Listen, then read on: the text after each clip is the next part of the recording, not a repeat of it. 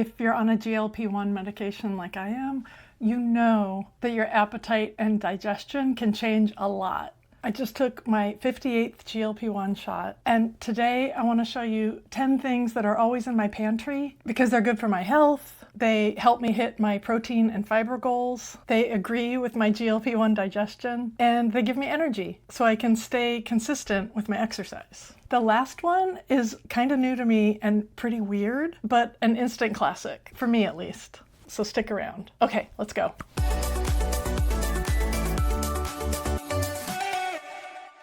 If you're new here, hi, I'm Bobby. For a little over a year now, I've been sharing my GLP-1 health journey after menopause here on YouTube, and I'm glad you're here. I am not a medical doctor. I am a therapist, but I'm not your therapist. So none of this is medical advice or mental health advice. I'm not a dietitian. I'm going to talk about the foods that are working for me, but you have to do what works for you. So always talk to your own healthcare providers when you're making decisions for yourself. My starting weight was 210.1 pounds, and right now I'm somewhere in the low 170s. I'm not sure exactly where. I don't weigh myself every day, but before the GLP-1, I just couldn't lose weight after menopause. Before menopause, it was fine, but since menopause, I just really struggled, and the GLP-1 has been what has helped me be able to lose weight at a slow and steady pace. I am down somewhere between 35 and 40 pounds right now. I will share my monthly weigh-in update in the next week or two. I'm not exactly sure what I weigh right now. I'm currently on 7.5 milligrams of Zepbound. I've been on that for about 4 months, and it's still working really well for me. I'm not having food noise. I'm having decent appetite suppression. Not so much that eating doesn't sound good to me, but enough that it's pretty easy for me to stay in the small calorie deficit that I want to be in. I'm getting closer to my goal weight. I'm not there yet, and I don't have a specific goal weight, but I think based on I'm 5'9", and based on my weight in the past, being in the 160s has been a pretty healthy place for me to be, and I'm somewhere between 170 and 175 right now. So I guess that's exciting. I don't know, it kind of crept up on me. I am someone who doesn't like grocery shopping, so when I have a well-stocked pantry, it helps extend how often I have to go grocery shopping. My husband loves grocery shopping, so we kind of balance each other out that way. But I would rather eat through the pantry and eat through my freezer than run to the grocery store. It's just nice to know that I have things on hand that work for me that aren't going to go bad if I don't eat them right away. I have a previous video about things that I eat on repeat, and I'll link to it up here and down in the description box. I divide that video up into pantry, fridge, and freezer, so there are some pantry items in that video too. I'm trying not to do too much overlap. I think there's only 1 or 2 things that I mention in both episodes, so definitely check that one out if you want to see some other things that I keep in my pantry. And when I talk about pantry, I literally mean this pantry. It's the only place besides the fridge and freezer that we keep food in our kitchen. All the other cupboards are for dishes and stuff. You'll see a lot of stuff in there that I actually don't ever eat because my husband eats it. So the first thing that's always in my pantry is low-carb pasta. I don't eat overall a low-carb diet. I think I eat what's considered a moderate carb diet. I get around 150 grams of carbs per day. The reason why I like low-carb pasta is it lets me eat pasta, which is delicious, and not go over the amount of carbs I want to eat without having to plan ahead for a pasta meal. And because on a GLP-1, I am watching my protein and my fiber more closely than other macros, and low-carb pasta is packed with protein and fiber. There are a few different brands that I like. In general, I haven't found chickpea pasta to be to my taste, but I found plenty of other ones that I like. So if you haven't experimented with low-carb pasta, you might just need to try a few different things to see what you like. The al dente brand carbonata is by far my favorite, and I will put the nutrition label up here so you can see how high it is in protein and fiber. It's not that it has no carbs, it's just a more balanced food than pasta by itself. So I can just, if I'm feeling really lazy, throw some marinara sauce on this and feel like I'm hitting my macros. I often add extra protein to it anyway, and or veggies, because I'm always trying to eat a lot of veggies. But in a pinch, I can go in my pantry and grab some jarred sauce and this pasta and have a meal that is more or less in line with my goals. I felt like I was having kind of a good hair day today, so I decided to film today. If you're enjoying this, feel free to like and subscribe. It really helps the YouTube algorithm show this to more people who would be interested in it.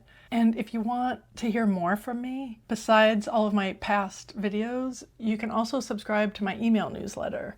I send out a newsletter about every 2 weeks, sometimes every 3 weeks, but usually every 2 weeks.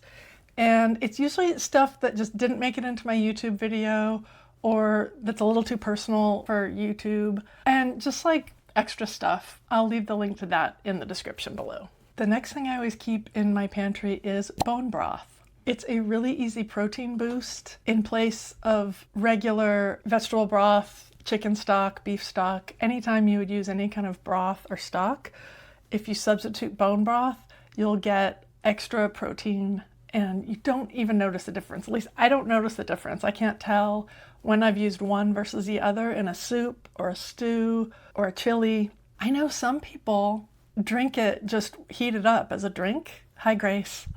I haven't actually tried that, so I don't know if I would like that. It's kind of in the back of my mind as something I want to try. I just haven't yet. But making a really easy swap of just grabbing bone broth instead of regular broth will just boost your protein with no effort.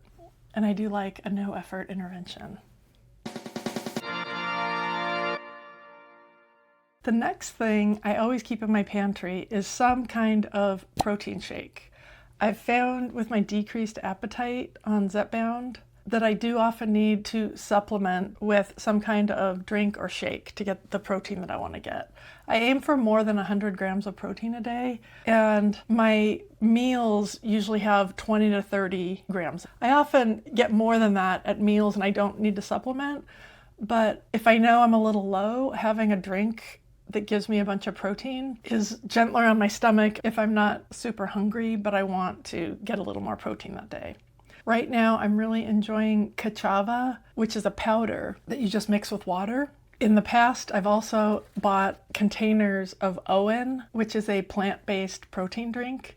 Sometimes I would drink that in the morning and put my coffee in it and have like an iced coffee, protein coffee, as a way to just get a jump start on my protein for the day. In fact, that's almost always how I used it. I didn't tend to like drink it as a snack. And for some reason, the Kachava, I haven't really mixed with coffee much. I'll just shake it with some water and drink it as a little like chocolate milk snack. I don't know why, you could do it either way, but that's just what I've been doing. The OWYN drinks have between 20 and 32 grams of protein in them, and the Kachava has 25 grams per serving. So it's a pretty surefire way to get a nice boost if I need it and I'm not hungry. Okay, this next one, if you've watched any of my episodes, you won't be surprised because I've talked about it before. But in my pantry, I always keep Bear Bell bars. They're my favorite protein bar. If you have a favorite, substitute. They have about 200 calories, about 16 grams of protein, and 5 grams of fiber. They're a little more balanced in terms of their macros. As you can see here, they're not super low in carbs. At the beginning of my GLP-1 journey, I avoided them for that reason, and I ate Quest bars because they have more protein and tons of fiber, like 13 to 15 grams of fiber per bar. And I like the way Quest bars taste, and I really wanted all that fiber and protein. Come to find out, I think all that fiber might have been contributing to my constipation. Since I've been working with a dietitian, I have tried to just eat foods that have a more balanced profile or eat meals that have a more balanced nutritional profile. So I've been eating the Bear Bell bars. You can definitely find protein bars with more protein in them than Bear Bells. 16 grams. I think that's on the lower end for protein bars. I don't know. Is it? Tell me in the comments if you think that it's on the lower end for the amount of protein in a bar. But that's okay. It's that little boost. I often eat these after I work out, and I want some carbs and some protein after I work out. I like to keep them on hand as a snack, and sometimes as a treat. I kind of lost my sweet tooth on a GLP-1, which nobody is more surprised about that than I am, but I'm just not as into sweets as I was before I was on GLP-1s. But occasionally, if I want a sweet treat, a Bearbell is something that I'll reach for. Or fruit, actually. Fruit a lot of times actually sounds better to me, which is weird to hear me say that. Like, who am I? The next thing I keep in my pantry is PB2. And I actually keep regular and chocolate because why not? I put this in my smoothies, I put it in my oatmeal, I put it in my yogurt, I make peanut sauce out of it for Asian-inspired dishes. It's really versatile. There's nothing wrong with normal peanut butter, but I'll compare up here the nutritional information of PB2 and peanut butter, and you'll see the difference. It's mainly, around the fat content. And if you're trying to lose weight, you might be monitoring your fat grams because fat is very calorie dense. I eat regular peanut butter. I often have a couple tablespoons of regular peanut butter on an apple, but I really like having this powder on hand as a flavor and protein enhancer in all kinds of sweet and savory dishes. The next thing I always have in my pantry is Amy's brand split pea soup. Yeah, that's pretty specific. But for whatever reason, I just love this soup. It's kind of comfort food for me. So I always keep cans of this in the pantry. I'm actually out of it right now. My husband's out of town, so he hasn't been to the grocery store. And I haven't been to the grocery store, so I've eaten it all up. So I'm saying, I always keep it in the pantry, but I just ran out. I need to go get some more.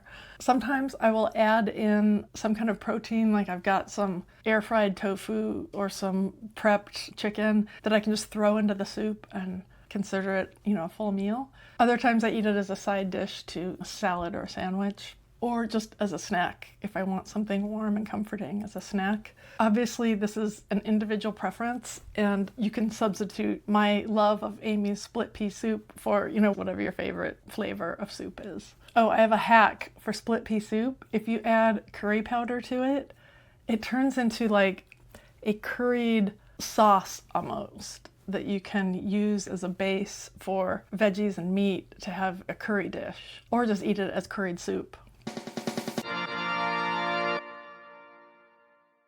The next thing I keep in my pantry is creatine powder. Now, this is a supplement, and just as a reminder, I am not a doctor, and you should check with your doctor before you add any supplements to your regimen. I added this at the advice of my dietitian, and my doctor gave me the go-ahead. 5 grams a day is the typical dose. That's what I take, and it's a white powder. It's tasteless. I can dissolve it in water and drink it, and I don't notice it. And apparently the brand doesn't really matter. I bought this at Walmart. The container beforehand I had gotten online. And when I was visiting my daughter recently, I hadn't packed creatine and they had creatine there, so I used theirs and it was some other brand, and I couldn't tell the difference between any of them. Apparently, if it's creatine monohydrate in a white powder, that's all you need to look for. It's the most well-researched supplement. I had heard a lot about creatine in the past, and I just didn't really understand what it was or what it did because I had associated it with weightlifting, but it turns out that it helps not just muscles, but it's also really good for other bodily systems, including our brains. What creatine does is helps to hydrate muscle cells. It pulls a small amount of water into muscle cells. So this isn't bloat. Bloat is outside of your cells, extra fluid. Having extra hydration in your cells actually enhances your muscles' function. Our muscles use a quick form of energy called ATP. ATP is burned really fast. Creatine helps recharge the ATP so that your muscles have more energy available. So it's supposed to enhance workouts, reduce fatigue. And the thing is, our brains also use ATP for energy. So extra creatine can be sort of a buffer if you otherwise might not have as much. If you're stressed or you didn't get a lot of sleep or something, the extra ATP from the creatine might help you feel more alert or more sharp. I I was taking creatine for a few months and telling my dietitian like I didn't notice any difference. And she asked me to pay attention to how sore I get after workouts. And I noticed that it really does help with that. And then one weekend I was away and I didn't have creatine and I got really sore from a workout that I wouldn't usually get sore from. I think it was because I hadn't had any creatine for a few days. I can't know that for sure, but that's my little N of 1 experiment that's convinced me that it's doing something. But more convincing than that is all the research that creatine is a safe and effective supplement to take. Okay, the next thing I keep in my pantry is something I've mentioned in other episodes because I rely on them so much, and that is canned beans. I will say it loud and proud. I love beans. I think they are cute little round nutritional superheroes. They've got protein, they've got fiber, they're so good for us, and I like the way they taste. The most budget conscious way to eat beans is to buy them dry and rehydrate and cook them yourselves. Despite having a love of frugality, I buy canned beans. They're still not that expensive, maybe $1 a can. That's still way more than dried beans, I realize that. But I've tried. I have a pressure cooker, I've got a slow cooker. I've tried to get my beans through dried beans and I just don't do it. I don't plan ahead enough. I have ADHD. I need something fast and easy. So all my respect to you if you have got your kitchen act together enough to prepare and cook and eat your beans all the way from the dried version. The ideal me would do that, but real life Bobby is buying canned beans. And I always have them by the case in my pantry. I've been on a big chickpea jag lately, but there literally isn't a bean or lentil that I don't like. I add them to my salads, I add them to my pastas, I add them to soups, stews, chilies, anything. A chickpea salad, like use chopped up chickpeas instead of tuna for like a creamy sandwich mix is really good. I can't say enough good things about beans. I'm gonna stop talking about them right now. Okay, the next thing that is always in my pantry is electrolytes. Specifically, I use LMNT electrolytes because that's what works for me, but you can use whatever you like. If you want to try LMNT, I do have a link below where if you make your first purchase from them, you get a free sample pack of some of their most popular flavors. So I will put that in the description. My first order with LMNT was in August of 2021. So that's how long I've been drinking LMNT. It just tastes good, has a nice balance of salt, magnesium, and potassium. And does it hurt my frugal little heart that it's kind of expensive? Yeah, but there are times when I will take convenience over cost, and this is one of those times. Also, in terms of the convenience over cost, it's about $1.50 a packet for LMNT. And I just kind of rationalize that, I don't drink alcohol. I make coffee at home like 90% of mornings. So there's all kinds of beverages that I'm not spending money on. So $1.50 a day for my electrolytes, I'm like, okay, I can do that. I'm not gonna go broke drinking LMNT. And I just really like the watermelon salt flavor and the raspberry salt flavor. I think I've tried them all, except there are a couple new ones. There's a salted caramel one and there's a chocolate one, and some people are saying that's really good in coffee. I have not tried that yet, so I probably should order those and try those. Note to self. But right now, I just put the raspberry or the watermelon in my water with my creatine, and it tastes great and it keeps me hydrated. If you're wondering about if you need electrolytes or not, well, we all need electrolytes, but if you're wondering if you need to supplement with electrolytes, you might not. Electrolytes are just minerals that help regulate our fluid balance, and the most important one is salt, but a couple of other important ones are magnesium and potassium, and there's other ones too. But what electrolytes do is they act like gatekeepers regulating the fluid movement in and out of our cells. So if you drink too much plain water and your diet doesn't include enough salt, magnesium, potassium, your bodily fluids get too watered down. They don't have enough of the minerals in them. Drinking plain water alone actually dilute electrolytes rather than replenish them. the cells don't have enough of those minerals in them, and it can lead to things like irregular heartbeat, muscle cramps, fatigue, dizziness. So if you have any of those things sometimes, the easiest thing to do is just get a dose of electrolytes.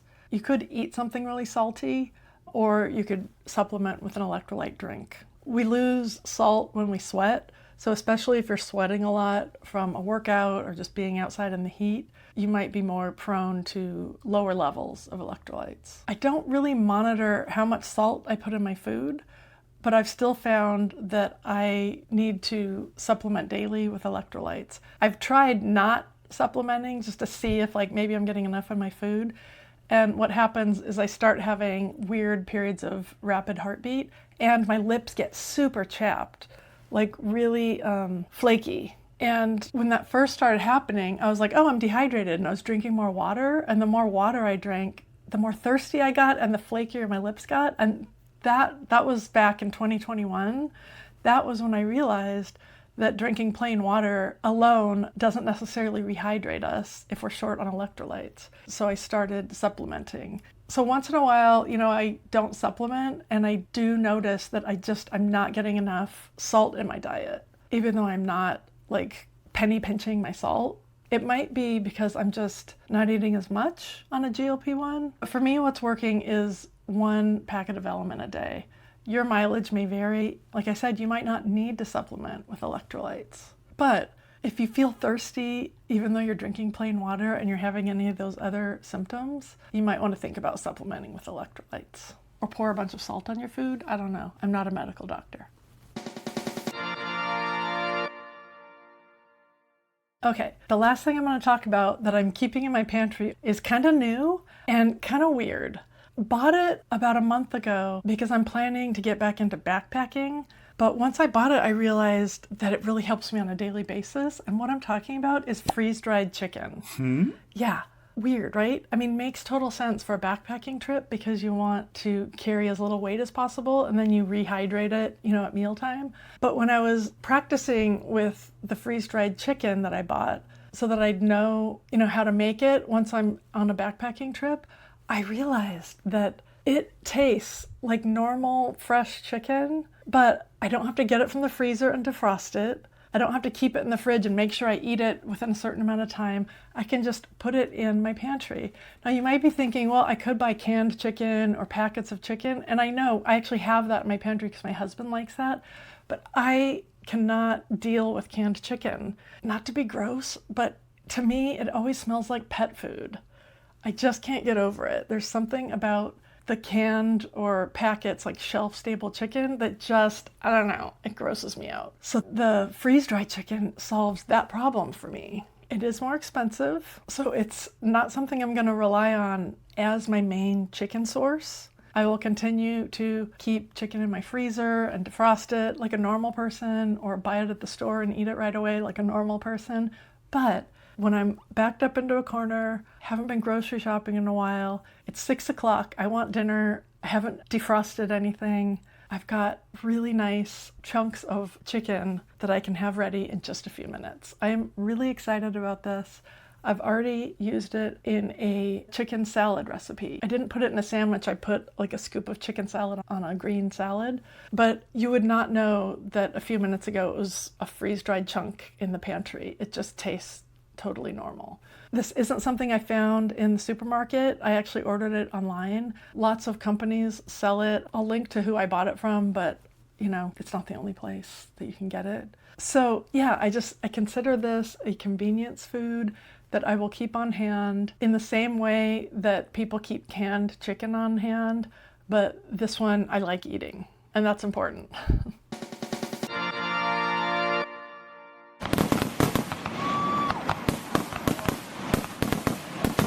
If you're still here, thank you so much for watching all the way to the end. I would love to hear what kinds of things you always keep in your pantry. Let me know in the comments. If you want to know more about the foods that are really working for me on my GLP-1 health journey, watch this video next. Thanks so much. See you next week. Bye.